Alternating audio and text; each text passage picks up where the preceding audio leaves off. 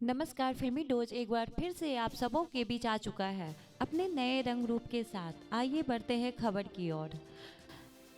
Bhojpuri cinema के superstar Khesari Lal Yadav का जलवा पूरे भोजपुरी सिनेमा जगत में बरकरार है। जी हाँ, आपने बिल्कुल सही सुना। खेसारी लाल यादव के फैंस के लिए सबसे एक बड़ी खबर सामने आ रही है। आपने अगर हमारे चैनल को सब्सक्राइब नहीं किया है तो लाल बटन को दबाकर हमारे चैनल को सब्सक्राइब करिए, ताकि आप तक भोजपुरी फिल्म इंडस्ट्री की हर छोटी बड़ी खबर आप तक सबसे पहले पहुंचे। तो दोस्तों, आपको बता दें कि बहुत जल्द खेसारी लाल यादव का एक गाना सबके बीच आने वाला है, जो कि भोजपुरी का सबसे महंगा गाना होगा। जैसा कि आप सब जानते हैं कि खेसारी लाल यादव की एक फिल्म राजा की आएगी बारात का मुहूर्त धूमधाम से पूरा हुआ था। मुहूर्त के साथ खेसारी लाल यादव पहुंच चुके हैं यूपी में अपनी फिल्म की शूटिंग करने।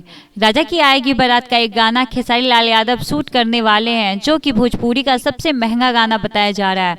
अब यह गाना किस तरह से शूट होगा और दर्शकों को कितना पसंद आएगा, यह तो आने वाला वक्त ही बताएगा। फिलहाल खेसारी लाल यादव लगातार म्यूजिक एल्बम और फिल्मों की शूटिंग में व्यस्त हैं।